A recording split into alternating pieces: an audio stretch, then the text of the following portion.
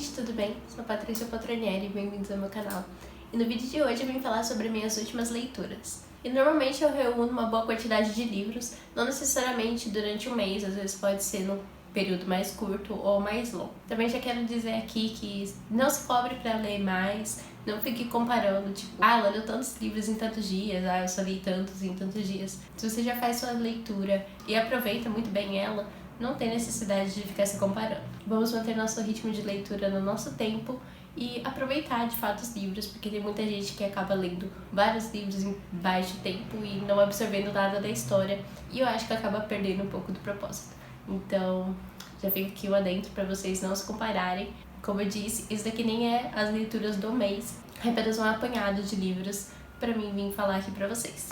Dessa vez eu tenho bastante livro, porque muitos deles já tem vídeo aqui no canal, então eu vou dar uma breve introduçãozinha, não vou me estender muito. Então eu esperei acumular bastante pra gente ter um bom tempo de vídeo. E assim, gente, tô meio gripada, então se eu tiver com a voz meio estranha, releve. O primeiro livro que eu vou falar é Arquivos Serial Killers, da Ilana Kazoy. É um calhamação, acho que tem quase 1000 páginas, deve ter umas 700, 800 por aí. E aqui a Ilana Kazoy vai nos trazer um pouco da parte mais psicológica, mais técnica do serial killer, e depois ela vai fazer uma breve ficha de alguns serial killers. No começo a gente tem alguns serial killers americanos muito conhecidos, como Ted Bundy, BTK, Palhaço Assassino. E na segunda parte a gente vai ter essas fichas criminais, entrevistas e estudo psicológico dos casos brasileiros. O livro é dividido em duas partes, né? Então aqui seria o livro Louco e Cruel dela, anteriormente publicado sozinho, e aqui seria o Made in Brasil, que agora eles estão juntos num livro só. Então, teoricamente, são dois livros da Ilana Kazoy em um. E assim, o que eu achei, né? Não sei se vai dar pra ver, porque eu coloquei post-it rosa na lombada vermelha. Eu fiz muitas marcações, porque eu gosto muito desse tema de true crime, né? Ainda mais pra estudo. Assim, é um entretenimento também pra mim, mas eu gosto muito de estudar essa parte criminal. Mesmo não atuando na área e enfim, mas eu gosto muito de estudar, então eu marco informações importantes sobre, sei lá, perfil psicológico, fatos importantes que eu precisaria lembrar, ou coisas que eu posso usar até em outros casos. E eu confesso que eu gostei mais da parte do Louco ou Cruel do que da Made in Brasil. Porque o Louco Cruel a gente tem realmente, tipo, aprofundamento nessa parte psicológica, né? Então, será que o assassino é louco ou é cruel, né? E a Ilana Kazoy vai se aprofundar nisso, com vários estudos, com vários fatos, e ela sempre nos dando bastante informação, bastante fonte. E eu achei essa parte mais interessante, porque é a parte que eu mais gosto do true crime, né? Que é entender os motivos, entender também que às vezes nem tem motivo, de fato estudar, né, essa questão dos serial killers. Agora a parte do Made in Brasil, que é mais a fichação, eu gostei também, só que não me prendeu tanto que nem a primeira parte. A primeira parte eu li muito rápido, porque eu tava tipo vidrada nela, e a segunda parte eu já li um pouco mais devagar, mas como é um assunto que eu gosto muito, né, true crime, não teria como dar menos que 4 estrelas pra esse livro, porque a Ilana Kazoy, do início ao fim, ela entrega tudo que ela promete e mais um pouco, que ela ainda faz com muita qualidade. Então não teria como dar menos de 4 estrelas, porque realmente o trabalho da Ilana Kazoy é simplesmente impecável. E eu tenho outro livro dela aqui pra ler, mas eu ainda não li, mas se você gosta dessa parte de true crime, eu recomendo muito esse. Aliás, eu acho que se eu tivesse lido esse antes dos outros da Dark Side, teria visto algumas coisas com outros olhos, principalmente nessa primeira parte que a gente discute essas questões psiquiátricas, psicológicas, dos perfis criminais, né, dos serial killers. Porque recomendação, gostei muito. E não se assustem, gente, porque parece ser um livro gigante, assim, mas ele tem muitas imagens, tem muito documento, tem uma parte que ela entrevista um serial killer brasileiro, não vou lembrar o nome dele. Então é diálogo, diálogo, diálogo e cheio de enter. Então ele é um calhamaço mesmo. Só que ele tem muita imagem, muita imagem. Então, por mais que seja um calhamaço, você lê muito rápido. Ainda mais se você gostar de true crime, você vai ler assim que você nem vai ver a hora passar. É como se você estivesse ouvindo um podcast modus operandi, sabe? É muito gostosinho o jeito que a Ilana escreve, apesar de ser bem técnico. Em seguida, ali sobre o Trópico de Capricórnio. Tem um vlog de leitura aqui no canal, vou deixar linkado aqui pra vocês. E aqui a gente vai ter a história do Ricardo. E eu costumo falar que esse livro é dividido em duas partes. Ele não é dividido em duas partes, tipo, tem a divisão de capítulo do autor. Mas eu gosto de falar que ele é dividido em duas partes, porque na primeira a gente tem a história do Ricardo com o Márcio, que é um cara que se diz hétero. e namora e tal. Só que quando ninguém tá vendo, ele se aproveita do Ricardo, tanto psicologicamente quanto fisicamente, tendo um relacionamento bem abusivo assim. Essa primeira parte também é super maior de 18, é bem hot. Enquanto a segunda parte, que é depois desse relacionamento, a gente tem o Ricardo com o Gustavo. Já é aquele romancinho de aquecer o coração e todo o desenvolvimento do casal até eles enfim ficar juntos. Então eu costumo dizer que esse livro tem duas partes por causa disso. Enquanto na primeira parte, né, a gente tem o Ricardo num relacionamento super abusivo e um hot. Na segunda parte a gente tem esse romancinho gostosinho de aquecer o coração. É muito interessante a gente ver o crescimento do Ricardo desde o primeiro capítulo até o último, porque de fato tem um crescimento. Não apenas, tipo, de idade, né? Mas também de pensamento, amadurecimento mesmo.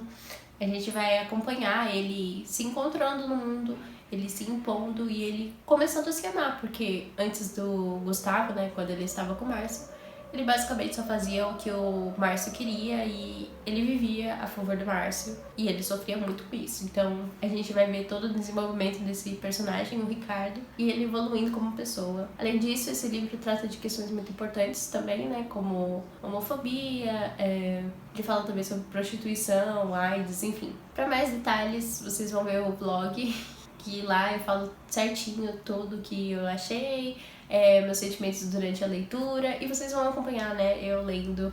Pra esse livro eu acho que eu dei 3 estrelas, mas como eu sempre digo aqui no canal, 3 estrelas não é uma nota ruim, é um livro bom, só não foi um livro pra mim.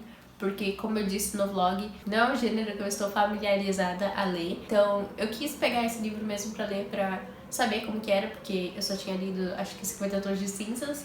Foi uma experiência muito interessante, eu gostei bastante.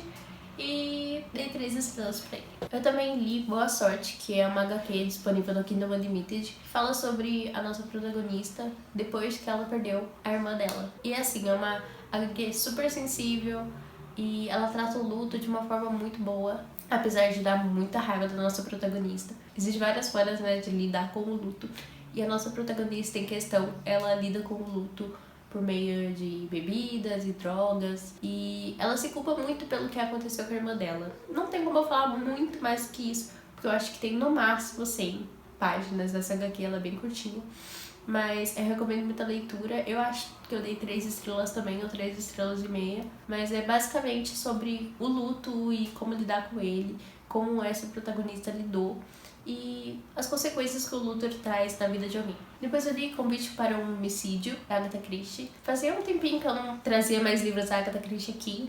Acho que o ano passado eu tava lendo um livro da Agatha Christie por mês. E eu tinha parado, não sei porquê. E eu resolvi voltar com esse projetinho pessoal meu de ler um livro da Agatha Christie por mês. E eu tô lendo a Miss Marple, né? Então eu tô lendo por essa ordem que tem aqui atrás. Eu não sei se é a certa também, mas até então tá dando tudo certo. E em Convite para Homicídio a gente tem literalmente um convite para homicídio. Um dia aleatório, uma pessoa publica no jornal convite para um homicídio. E daí as pessoas acham que é uma brincadeira que, pelo que eu entendi, é tipo o nosso detetive, só que não é com tabuleiro, sabe? Eles apagam a luz, uma pessoa é o assassino, outra é o policial, e daí eles começam a investigar a pessoa que vai morrer, enfim. É bem o nosso detetive, só que versão fora do tabuleiro. Então todo mundo entende que era isso, e Kata vai todo mundo lá na casa da mulher, no horário marcado. Só que daí quando dá 6 horas, que é a hora de finalmente iniciar o jogo, que até então eles estavam pensando que era jogo, as luzes se apagam e aparece um cara com um revólver. E bem, como é a Agatha Christie, né, não tem como falar que não tem um assassinato. Tem um assassinato. Vou deixar aqui no ar quando que esse assassinato aconteceu, se foi no jogo, se foi antes, se foi depois. Mas acontece um homicídio. E o principal suspeito desse homicídio é a própria pessoa que morreu. Eles acham que, sei lá, no desespero a pessoa acabou caindo e atirando nela mesma. Só que daí, conforme eles vão investigando, entrevistando as pessoas, um dos policiais resolve chamar a Miss Marple e contar com a experiência dela. E diferente dos outros livros da Miss Marple que eu li até agora, que a Miss Marple fica super de boaça, ninguém ameaça ela, ninguém faz nada com ela. Nesse livro, a Miss Marple até desaparece. E daí eu fiquei, meu Deus, o que será que vai acontecer com a Miss Marple? Porque ainda tem vários livros dela pra acontecer, né? Acho que foi um dos livros que eu mais gostei da Agatha Christie até agora. Eu dei 4 estrelas ou 4 estrelas e meia pra ele, acho que foi 4 estrelas e meia. E ele flui muito rápido, ele é curtinho, né, como todos os livros da Agatha Christie, mas eu acho que esse daqui flui muito mais rápido do que os outros. A investigação é super interessante. Eu, como sempre, errei quem tinha matado, na verdade, nem passou pela minha cabeça. Porque assim, a Agatha Christie, ela vai jogando migalhas no meio do caminho pra gente tentar entender, né, mas eu pelo menos nunca pego. E daí, no final, chega a Miss Marple, no caso aqui dessa saga que é da Miss Marple, e ela simplesmente senta e começa a explicar tudo, desde o início até o fim, do porquê aquela pessoa é o assassino, e eu passei bem longe. Mas enfim, eu sempre recomendo Agatha Christie pra quem quer um livro rapidinho de ler, que você lê em 2, 3 dias. Escrita é realmente envolvente, você pega e rapidinho você já leu. Só que vale lembrar, né, gente, que a Agatha Christie foi escrito em 1800 e pouquinho, então, logicamente, algumas coisas que a gente acredita hoje em dia, ela não acreditava naquela época, né, porque outra época, outros debates. Então, sempre que você for ler a Agatha Christie, vale pensar um pouquinho sobre isso.